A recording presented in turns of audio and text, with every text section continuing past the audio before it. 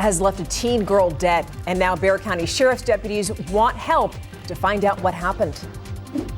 And a man in critical condition tonight after a stabbing. What we know about that situation in just a few minutes. Live from KSAT 12, the Nightbeat starts right now. And tonight we start with a horrific case of child abuse. The two people who you see on your screen right here, Christina and Jonathan Miranda, are facing capital murder charges for the death of their 10-year-old adopted son. So this case goes all the way back to September 24th. That's when San Antonio police went to a home on the northeast side. They found a child dead, but that's not all. Investigators say that boy showed signs of abuse and trauma that they believe had taken place over the course of a year. And then they found other evidence. As the investigation continued, they also received video surveillance of the abuse to the child. There was enough evidence to charge the two suspects with capital murder. Investigators say the couple adopted the child, but they were still related.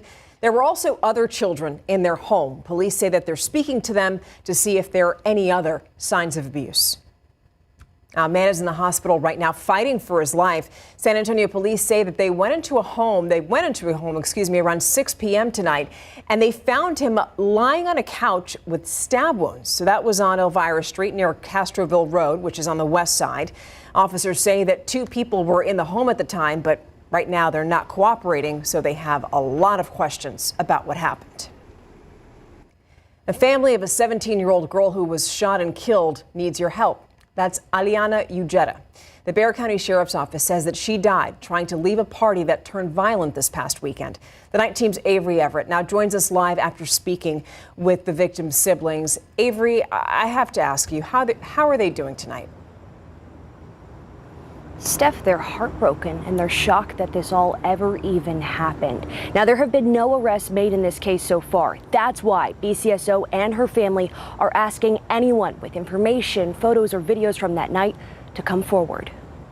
The world stopped when she walked in the room for me. An inseparable family now missing a piece. Yeah, I just want to hug her again and call her a knucklehead. Their younger sister, Aliana Ujeda, died this past weekend, and shock doesn't even begin to describe how her siblings feel. We're missing her. It's really hard. 17-year-old Aliana was shot and killed in southwest Bexar County. The sheriff's office says she was one of the teenagers partying at the lot outside an abandoned home on Lucky Road.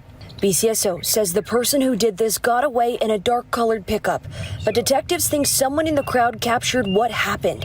That's why Aliana's family is asking anyone with photos, videos, or information to come forward. Have some courage, do the right thing. We don't want this to happen again. But the way Aliana died is not how her family wants her to be remembered. Aliana graduated high school early, had a job, and was eager to get her driver's license. She was always smiling. She never minced words and always spoke her mind and spoke her feelings. She would want to be remembered by the love that she had for her family. It's through these memories and Aliana's well-known mannerisms, hey girl, that this family has been able to smile through their heartache. But it's through their faith that they're able to find strength. This close family changed by loss, still searching for answers. We're missing the piece that made us whole. We're missing it. We're missing it. If you haven't already seen that QR code on your screen, I'd encourage you to scan it right now. That'll take you directly to our website where we have the email, the phone number, and a direct link to submit any evidence or information to the detectives here at BCSO. And remember, you can do all of that anonymously. Reporting live, I'm Avery Everett, KSAT 12 News. Avery, thank you for that. The Eagle Pass Casino, where two people were shot and killed this weekend, is going to reopen on Friday. Kickapoo Lucky Eagle Casino announced this on Facebook, writing in part, quote, "As we reopen, we are committed to supporting our team, our guests, and are grateful for the strength of our community. We look forward to seeing everyone." Now, the suspect in this case is behind bars and charged with capital murder and assault with a deadly weapon. A student from Eagle Pass has been charged with making a terroristic threat. And according to a Facebook post from the Eagle Pass news leader, this is the student who's accused of sending a text message to a classmate this week, warning of a potential shooting at Seguin Elementary. School officials there learned about that potential threat and immediately secured the campus, called police, notified parents. The district says that Eagle Pass ISD police found the student and then took him into custody. But It's unclear if he also happened to be a student at Seguin Elementary. A man in the Bexar County Jail tonight is accused of taking a pistol and drugs into Methodist Hospital. San Antonio police say that on Monday morning, a hospital employee saw 66-year-old David Crenshaw with what she believed was a pistol. Crenshaw then ran to a nearby bus stop where officers arrested him, and they found him, they say, with a pistol that had a silencer and THC oil. Crenshaw is facing several felony charges, including being a felon in possession of a firearm. Now tonight, more documents on the Robb Elementary School shooting. The Uvalde CISD released them earlier today, and this latest batch includes 2 video clips. One of them shows the moments that a gunman walked into the school and began attacking. The other shows body camera footage from officers. The district also releasing documents over the termination hearing for then police chief Pete Arredondo, and other records also about Robb Elementary's principal leaving after the shooting. That's Mandy Gutierrez. She was reinstated. And Arredondo is now awaiting trial after being charged with 10 counts of endangering a child. TikTok, right? We're now 23 hours into a full federal government shutdown. This is the first one that this country has seen in 7 years after lawmakers failed to reach a deal on a temporary funding bill. So what happens now with federal workers? Because we know that about 750,000 of them are expected to be furloughed. Members of Congress, they're still going to get paid because their salaries are required by the Constitution. But essential employees, we're talking about TSA agents, air traffic controllers, Border Patrol, they're going to be forced to work while their paychecks are on hold. So what exactly does that mean for San Antonio? So the short-term impact is nothing to us. But if we go past 2-3 months, we'll start to see some impacts. Once the shutdown is over, however, the impacted federal workers should get back pay. But in the meantime, there is help. Scan the QR code because that'll direct you to a list of resources to help federal workers. We've already spoken with the food bank. It says that it's ready to help. USAA is also offering no interest loans to affected members. And also the sheriff's office says that it is fast tracking hiring. Next month, voters in Bexar County will see 2 propositions on the ballot, Proposition A and Proposition B. But tonight, we're going to focus on the former. The night team Zaria Oates now joins us live outside of the Freeman Coliseum. That's one of the facilities on the east side that would be affected if Prop A passes. So, Zaria, you were at an informational meeting tonight. What was said there about Prop A?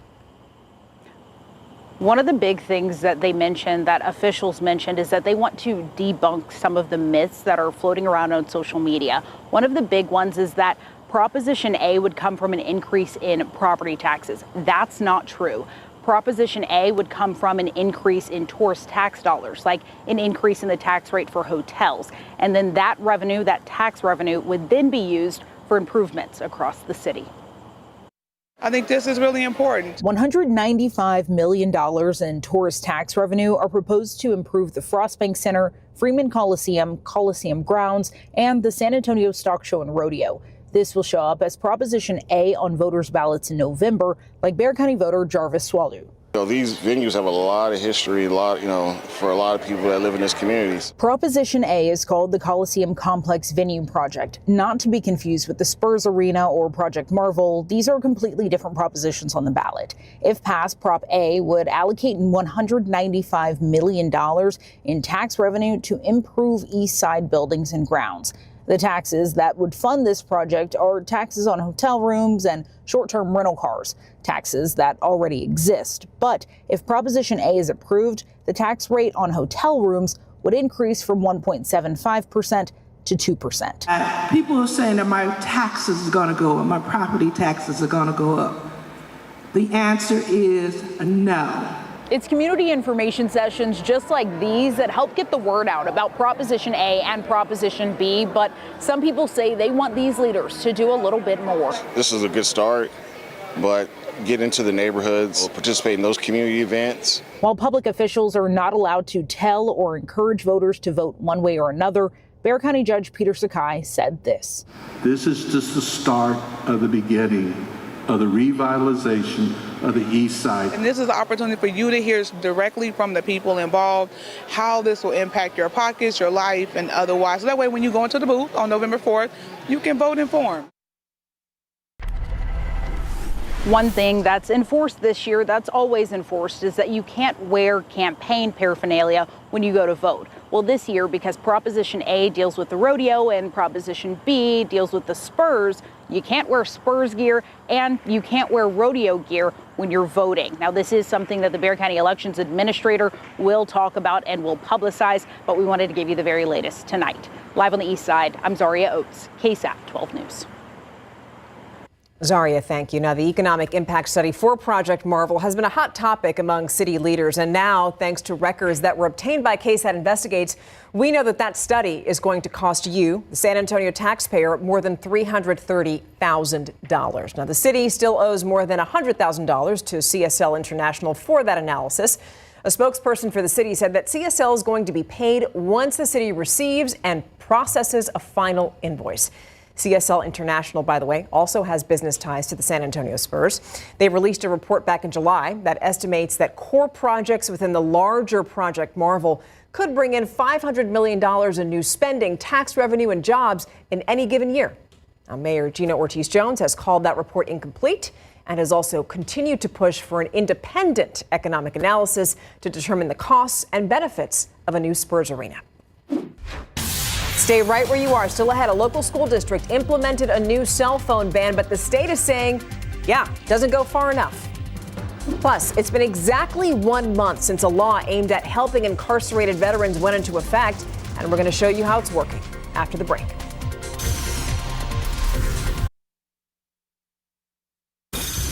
Today marks exactly 1 month since a state law aimed at helping incarcerated veterans went into effect. This is called Senate Bill 2938, and it requires sheriffs in Texas to verify the veteran status of inmates at county jails. And tonight, I look into how this new law has helped veterans in the last 30 days.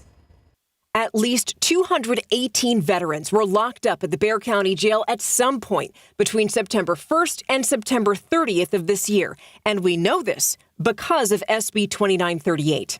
It's given us a little more fidelity on our data. Keith Wilson is the executive director of the Bexar County Military and Veterans Services Center. Because of the law, the Bexar County Sheriff's Office sends him a list of veterans at the county jail every week, and his office uses that information to help veterans right away. And help them understand what resources out there, but also to start talking to them while they're in jail. I've got some social workers right now that are already working in the jail. Those social workers have confirmed something that many of us suspected.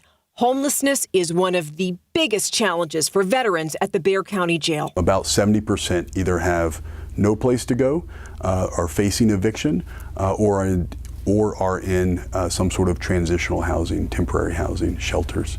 Keith says others are out of work and or battling mental health or substance abuse, which is exactly why State Senator Jose Menendez wrote SB 2938. If you lose hope and you become desperate and you feel like there's no point in going on, that's when terrible things happen. Senator Menendez says the law was aimed at understanding the struggles that veterans face so that they can get help from places like the Bexar County Military and Veterans Services Center before they get into legal trouble. What does the success of SB 2938 look like to you? To me, the success would look like fewer veterans incarcerated. It would look like fewer veterans suicide. It would look like more veterans employed. So that's really the goal for all of the stakeholders involved, including Bexar County Sheriff Javier Salazar. He actually sent us a statement this evening that reads, quote, "We ask so much of our veterans and they deliver. Anything that we can do to help them in a time of need, I am very much in favor of," end quote. Switching gears, the Texas Education Agency now investigating Northeast ISD over complaints that the district's cell phone ban policy doesn't comply with the new state law. So NEISD's current policy bans cell phones during class time, but it does allow students to use their phones during lunch or passing periods.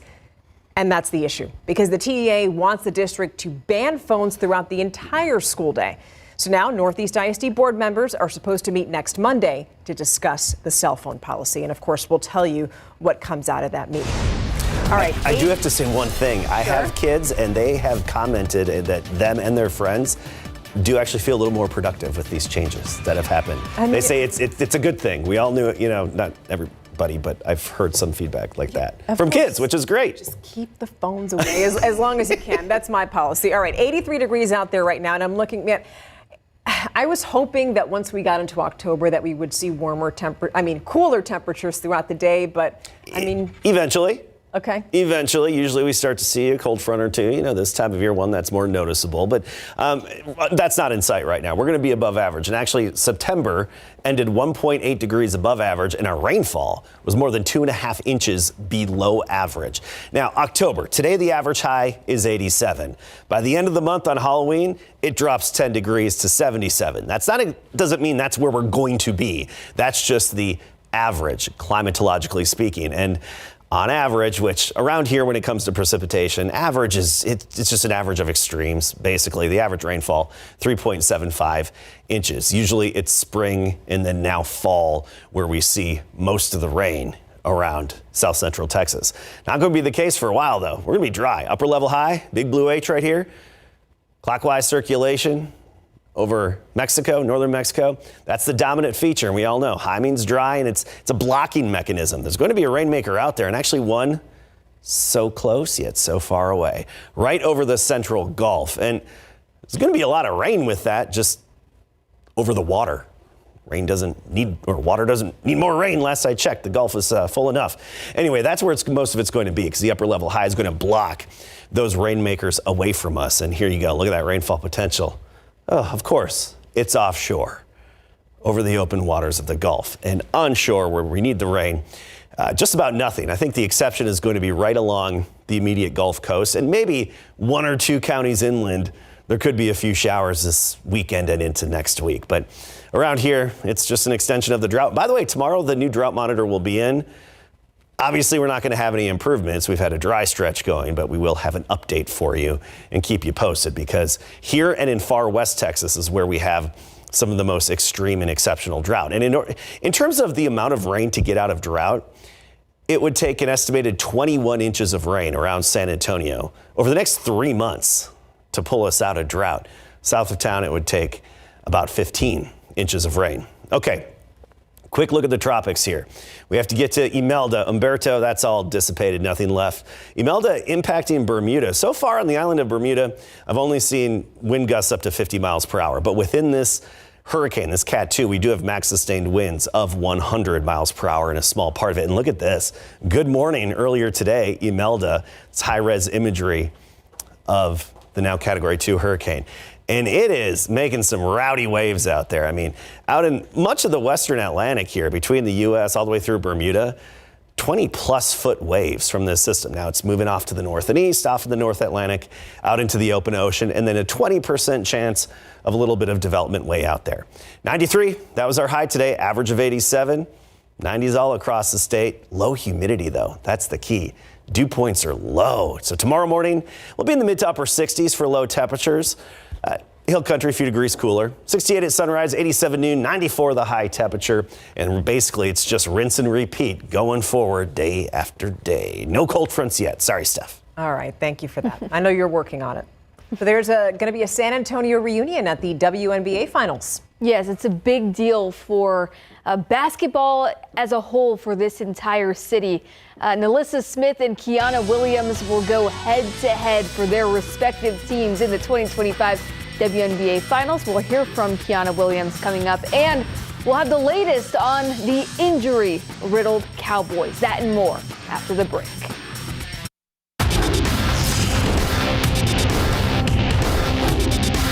The Aces have survived the fever and are headed back to the WNBA Finals. Becky Hammon guides the Aces to their third WNBA Finals in the last 4 seasons in big board sports. All right, we've come to expect Hammon's Aces to contend for a title, but this one we haven't seen before. Nalissa Smith and Kiana Williams, both San Antonio natives, will compete against each other for the 2025 WNBA Championship. Now, Smith is an East Central Baylor alum, and she landed with Las Vegas in a trade midseason, while Williams is a Wagner and Stanford grad, and she was a late season signing with Phoenix. Now, both won NCAA titles and are primed to win win a first WNBA ring. Now, we caught up with Williams ahead of the Aces Game 5 win over the Fever last night.